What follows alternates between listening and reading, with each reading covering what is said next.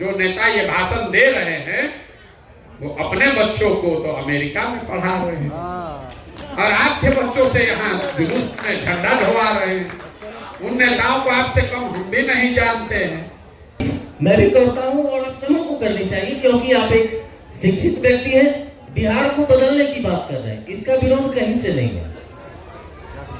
हमने आपको जो फॉलो किया पिछले कुछ दिनों से, कठरिया भगवानपुर में आपके स्टेज पर मैं भी था, वहाँ आपने मंदिर की बात की, बच्चों की पढ़ाई की बात की।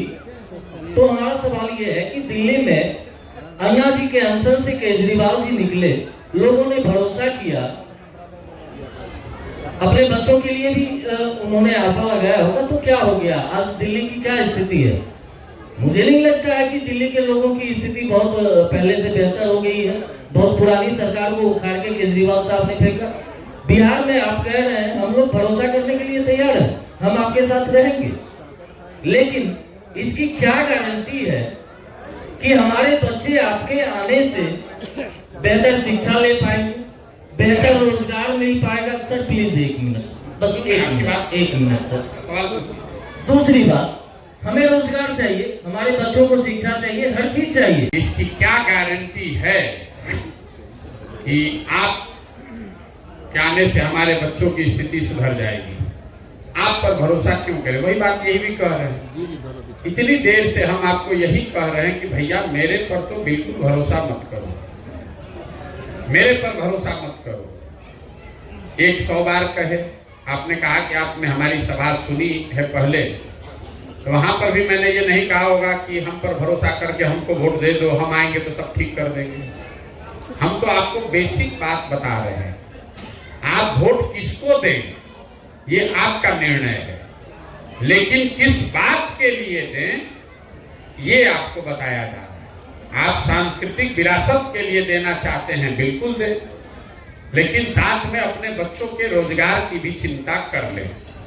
मंदिर आप जाते हैं तो आपसे कम मंदिर हम भी नहीं जाते हैं, लेकिन आप मंदिर जाते हैं इसलिए हम अपने बच्चों की पढ़ाई की चिंता न करें, ये भी आपको अधिकार नहीं है।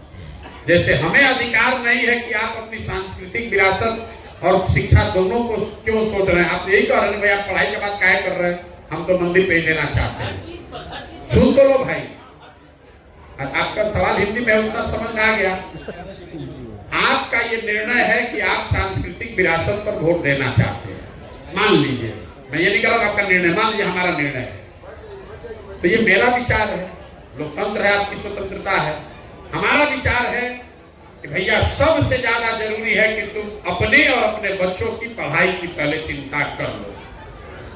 अगर आपकी इतनी भी समझ नहीं है कि आप अपना नाम लिख सकें, तो किस सांस्कृतिक विरासत को बचाओगे?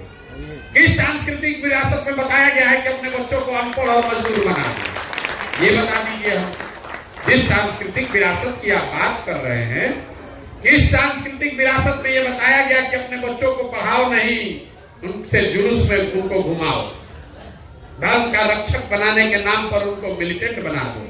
और जिन नेताओं को, जो नेता ये भाषण दे रहे हैं, वो अपने बच्चों को तो अमेरिका में पढ़ा रहे हैं और आपके बच्चों से यहाँ जुलूस में झंडा ढोवा रहे हैं। उन नेताओं को आपसे कम हम भी नहीं जानते हैं।